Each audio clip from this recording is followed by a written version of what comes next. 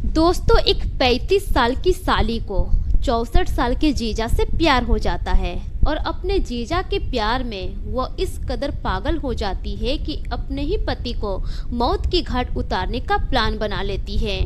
और प्लानिंग के मुताबिक वो एक दिन अपने ही पति का गला घोंटकर मौत की घाट उतार देती है। उसके बाद वो भागने के फिराक में रहती है, कमरे छोड़कर वो भाग भी जाती है। लेकिन कहते हैं ना कि कानून का हाथ बहुत लंबा होता है। कानून आखिर उस पत्नी तक पहुंच ही जाती है, उसको गिरफ्तार करती है और जब गिरफ्तार करके उससे वजह पूछा जाता है तब जाकर वो बताती है कि मैं अपने जीजा से प्यार करती थी और जीजा के साथ में आगे की जिंदगी गुजारना चाहती थी, इसीलिए मैंने अपने पति को मौत के घाट उतार दिया। दोस्तों, आइए जानते हैं मामले की पूरी कहानी इस वीडियो में। पर वीडियो में आगे बढ़ने से पहले आप सभी से एक ही रिक्वेस्ट है कि वीडियो को लाइक कर दीजिए और चैनल को भी सब्सक्राइब कर दीजिए ताकि मेरा हौसला बढ़ता रहे। दोस्तों, मेरा नाम है तबस्सुम खातून और आप सभी का मेरे चैनल पर स्वागत है। दोस्तों, आज की सच्ची घटना है राजस्थान के अलवर के भिवाड़ी संतरा कॉलोनी की। संतरा कॉलोनी में ही एक अनुज चौधरी नाम का व्यक्ति रहा करता था। उनकी उम्र लगभग 64 साल की होती है और वो वहीं पर रहकर पिछले 15 सालों से एक कंपनी में काम किया करता था। वो मूल रूप से रहने वाला होता है बिहार के भागलपुर जिले का। अब इसी बीच अनुज चौधरी अपनी साली से अक्सर फोन पर बातें किया करता था। उसकी जो साली होती है वो भागलपुर में ही रहकर काम किया करती थी। उसका नाम होता है बॉबी। बॉबी की उम्र लगभग 35 साल की होती है। उसके पति का नाम होता है गुड्डू। गुड्डू की उम्र लगभग 38 साल की होती है। बॉबी का जो पति होता है गुड्डू पिछले 8 सालों से टीबी की बीमारी से परेशान था, जिसकी वजह से वो काम नहीं कर पाता था। घर की आर्थिक हालत सही नहीं थी।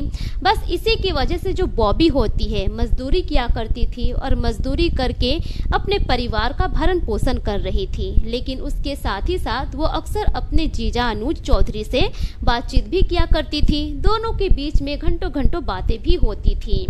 अब इसी बीच जो अनुज चौधरी होता है वो अपनी साली बॉबी से कहता है कि तुम राजस्थान आ जाओ, जिस कंपनी में मैं काम करता हूँ वहाँ पर तुम्हारे लिए भी काम है और सैलरी भी काफ़ी अच्छी खासी है। अगर तुम आकर यहाँ पर काम करती हो तो अच्छा खासा इनकम हो जाएगा, तुम्हारा पति का भी इलाज अच्छे से हो जाएगा और वो बहुत जल्द ठीक हो जाएगा।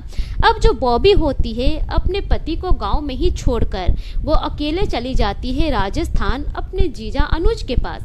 वहाँ जाने के बाद अब जो उसका जीजा होता है उसी कंपनी में उसे नौकरी दिलवा देता है, जिस कंपनी में वो खुद काम किया करता था। अब इसी तरह से धीरे धीरे वक्त गुजरता चला जाता है। दोनों अब एक साथ रहकर उसी कंपनी में काम करने लगते हैं। अब काम करने के दौरान ही दोनों की नज़दीकियाँ इतनी ज़्यादा बढ़ जाती है कि दोनों को एक दूसरे से प्यार हो जाता है और उन दोनों को एक दूसरे से इस तरह प्यार हो जाता है कि दोनों एक दूसरे के साथ जीने मरने की कस्में खा लेते हैं। अब इसी तरह से लगभग 6 महीने का वक्त गुजर जाता है। 6 महीने से बॉबी वहीं पर रहकर काम कर रही थी, लेकिन अचानक से अब जो उसका पति होता है गुड्डू, जो कि भागलपुर में ही था, उसकी तबीयत कुछ ज़्यादा ख़राब हो जाती है। उसका पति फ़ोन करता है बॉबी को और कहता है कि तुम घर आ जाओ। अब जो बॉबी होती है राजस्थान से चली जाती है भागलपुर अपने पति के पास। वो तो आ जाती है इधर, लेकिन उधर जो उसका जीजा होता है अनुज, अब उसका जीना मुश्किल हो जाता है क्योंकि वो अब साली के बगैर रह नहीं पा रहा था। साली से उसको बेइंतहा मोहब्बत हो गई थी। लेकिन इधर जो बॉबी होती है वो भी अपने जीजा से दिलो जहां से चाहने लगी थी। उधर जो उसका पति था गुड्डू, हालांकि उसकी तबीयत खराब थी, टीबी की बीमारी से परेशान था, लेकिन उसके बावजूद भी वो दिन रात शराब पिया करता था। अब इसी तरह से लगभग 1 हफ्ते 10 दिन का वक्त गुजर जाता है। उसके बाद जो अनुज था बॉबी का जीजा, वो बॉबी को फ़ोन करता है और कहता है कि तुम्हारे पति से बात करवाओ।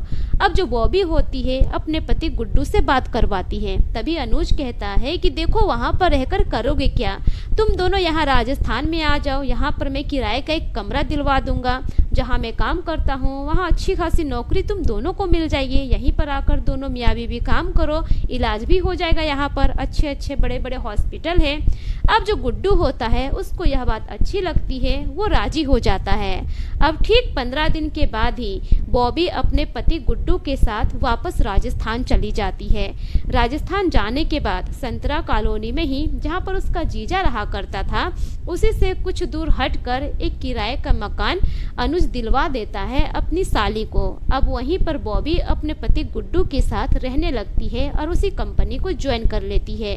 फिर से कामकाज शुरू हो जाता है। अब इसी तरह से सब चीज सही चल रहा होता है, लेकिन इसी बीच जो बॉबी का पति होता है वो एक चीज नोटिस करता है कि बॉबी अपने जीजा के साथ कुछ ज्यादा ही नजदीकियां बढ़ा रही है। दोनों का जो बातचीत करने का तरीका है वो कुछ अलग ही लगता है। अब कहीं न कहीं गुड्डू को शक होने लगता है अपनी पत्नी पर। धीरे धीरे ऐसा ही समय गुजर रहा होता है। अब बात है 18 अगस्त सोमवार की। सोमवार के दिन जो गुड्डू होता है अपनी पत्नी बॉबी और उसके जीजा को रंगे हाथों पकड़ लेता है। अब वहीं से उसका शक हकीकत में बदल जाता है। उस वक्त तो वो अपनी पत्नी को ज्यादा कुछ नहीं कहता है, लेकिन उसी दिन रात के वक्त गुड्डू अपनी पत्नी बॉबी के साथ झगड़ा लड़ाई करता है। अपनी पत्नी को मारता भी है और कहता है कि तुम्हें शर्म आनी चाहिए यह सब करते हुए। अब उस दौरान जो बॉबी होती है अपने जीजा अनुज को वहां पर बुला लेती है। अब दोनों को यह डर सताने लगता है कि कहीं गुड्डू गांव चला गया और गांव में लोगों को बता दिया, जितने भी रिश्तेदार हैं परिजन को पता चल गया तो हमारी खूब बदनामी होगी। अब इसे बदनामी से बचने के लिए बॉबी और उसके जीजा अनुज मिलकर प्लान बनाते हैं और प्लान के तहत जो बॉबी होती है अपना एक दुपट्टा से दोनों मिलकर पति का गला घोट देते हैं। अब मौके पर ही गुड्डू की मौत हो जाती है। वो लोग मार तो देते हैं, लेकिन अब उन दोनों को समझ में नहीं आ रहा था कि अब बॉडी को ठिकाने कैसे लगाया जाए। तभी दोनों मिलकर बहुत सोचते हैं और प्लान बनाते हैं कि दोनों गांव भागकर चले जाएंगे। अब इसी तरह से धीरे धीरे अगला दिन निकल आता है। मंगलवार के दिन सुबह सुबह के वक्त बॉबी एक छोटे से बैग में कुछ सामान ली थी और घर से जैसे ही निकलती है, अब जो मकान मालकिन होती है वो देख लेती है बॉबी को और पूछती है कि क्या बात है बॉबी, इतने सुबह सुबह तुम कहाँ जा रही हो और तुम्हारा पति गुड्डू कहाँ है। तब जाकर बॉबी कहती है कि दरअसल मैं अपने फुआ से मिलने के लिए जा रही हूँ। मेरे पति की तो तबीयत वैसे ही खराब है, वहाँ से आती हूँ तो फिर इनका इलाज करवाना पड़ेगा अच्छे डॉक्टर के साथ। लेकिन वो बहुत घबराई हुई भी लग रही थी। इतना कहकर वो निकल जाती है। अब जो मकान मालकिन होती है उसको थोड़ा शक होने लगता है बॉबी पर। अब उसी वक्त मकान मालकिन उसके कमरे की तरफ जाती है। दरवाजा तो बंद होता है, लेकिन वो खिड़की की तरफ झांकती है तो खिड़की थोड़ा सा खुला हुआ होता है। जब वो खिड़की से अंदर कमरे की तरफ झांकती है तो देखती है कि जो उसका पति है गुड्डू वो जमीन पर पड़ा हुआ है, लेकिन उसकी हालत देखने के बाद उसे ऐसा लग रहा था कि इसके साथ जरूर कुछ गलत हुआ है, ये तो मृत अवस्था में पड़ा हुआ है। उसको ऐसा शक होता है। उसी वक्त वो नज़दीकी थाने में फ़ोन करती है और पुलिस को सूचना देती है। पुलिस को जैसे ही सूचना मिलती है लगभग आधे घंटे के बाद पुलिस वहां पर पहुंचती है। अब उस कमरे में जाकर जब पुलिस देखती है तो गुड्डू वहां पर मृत अवस्था में पड़ा हुआ था। पुलिस तो हैरान रह जाती है। अब मकान मालकिन से पूछताछ करती है और पुलिस ये पूछती है कि इसके साथ यहाँ पर कौन कौन रहता था और ये कब से यहाँ पर रह रहा है। तब जाकर मकान मालकिन बताती है कि अभी तो 1 महीने भी नहीं हुए हैं। दरअसल ये यहाँ पर अपनी पत्नी बॉबी के साथ रहता था और एक कंपनी में काम किया करता था। अब पुलिस पूछती है कि इसके कमरे में और कौन कौन आता था। तब जाकर मकान मालकिन बताती है कि इसकी पत्नी का जो जीजा है वो पास में ही रहता है, उसका नाम अनुज है। वही अक्सर आया करता था इसके घर में, पूरे परिवार से बातचीत किया करता था। अब जो पुलिस की टीम होती है पहले तो बॉबी का नंबर लेती है मकान मालकिन से। जब उसको फ़ोन करती है तो फ़ोन बंद बता रहा था। अब जो पुलिस की टीम होती है उसके जीजा का नंबर लेती है अनुज का। जब अनुज को फ़ोन करती है पुलिस तो उसका भी नंबर ऑफ बता रहा था। मकान मालकिन से पहले वो लोग अनुज के घर का एड्रेस लेते हैं, जहाँ पे घर होता है मकान मालकिन दिखा देती है। वहाँ पर जब पुलिस जाकर देखते हैं तो अनुज भी घर में नहीं होता है। अब पुलिस का सारा शक चला जाता है अनुज और उसकी साली बॉबी पर। अब जो पुलिस की टीम होती है डेड बॉडी को वहाँ से अपने कब्जे में लेती है और पोस्टमार्टम के लिए भेज देती है। उसके बाद पुलिस छानबीन में लग जाती है। अब छानबीन के दौरान ही पुलिस की टीम को अनुज का लोकेशन मिल जाता है। दरअसल जो अनुज होता है अपना फोन ऑन करता है और एटीएम से वो 5,000 रुपए निकालता है, लेकिन उसी दौरान पुलिस को लोकेशन पहुंच जाती है। अब पुलिस उसी लोकेशन पर पहुंचती है। वहां पर जब छानबीन करती है तो दोनों बिहार जाने वाली बस पर बैठे हुए होते हैं। दोनों को पुलिस उस बस से नीचे उतारती है, गिरफ्तार करती है और थाने लेकर आती है।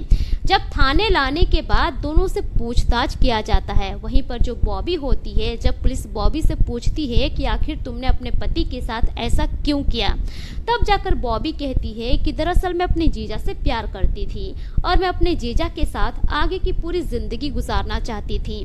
वही जो मेरा पति था पिछले 8 सालों से बीमार था, वो टीबी की बीमारी से बहुत परेशान था। मैं उसका ट्रीटमेंट भी करवा रही थी, घर का सारा खर्चा मैं ही चला रही थी, लेकिन उसके बावजूद भी वो शराब पीते थे और शराब पीकर मेरे साथ मारपीट करते थे। अब इसी बीच में यहाँ राजस्थान आ गई, मेरे जीजा से मेरी नज़दीकियाँ बढ़ी, हम दोनों को एक दूसरे से प्यार हो गया। तभी मेरे पति को पता चल गया हम दोनों के रिश्ते के बारे में। अब हम दोनों को यह डर सताने लगा कि यह बात ये गांव में जाकर ना बता दें, जिससे हमारी बदनामी हो जाएगी। बस इसी डर से मैंने अपने पति को मौत के घाट उतार दिया। उसके बाद जो अनुज होता है वो भी अपना जुर्म कबूल कर लेता है। पुलिस दोनों को गिरफ्तार करती है और जेल के सलाखों के पीछे भेज देती है। दोस्तों, इसी तरह का और एक मामला सामने आया था अलवर के खैरथल से ही, जहां एक पत्नी मकान मालिक के प्यार में पड़कर अपने ही पति को पहले तो मौत के घाट उतारती है, उसके बाद नीले ड्रम में पैक कर देती है और अपने बच्चों के साथ ही प्रेमी के साथ फरार हो जाती है। वहां भी कुछ ऐसा ही होता है। मकान मालकिन को शक होता है, पुलिस को बुलाया जाता है, तब जाकर मामले का खुलासा होता है और उसके बाद पुलिस की टीम दोनों आरोपियों को गिरफ्तार करके जेल के सलाखों के पीछे भेज देती है। तो दोस्तों, इस तरह की घटनाएं आए दिन आम होती ही जा रही हैं। रोज हमें सुनने को मिलता है कि किसी पत्नी ने अपने प्रेमी के साथ मिलकर अपने ही पति को मौत के घाट उतार दिया है। पता नहीं आजकल की औरतों को हो क्या गया है, पति के साथ क्यों नहीं रहना चाहती। और इस तरह की औरतों का हाल यही होता है, पति को छोड़कर वो प्रेमी के साथ जाने को तो तैयार हो जाती हैं, लेकिन अंत ऐसा ही होता है, वो लोग पकड़े जाते हैं और फिर सारी जिंदगी जेल के सलाखों के पीछे ही गुजरती है। दोस्तों, ये रही घटना की पूरी कहानी आप लोगों के सामने। इस पर आपकी क्या राय है, अपनी राय कमेंट सेक्शन में जरूर दीजिए।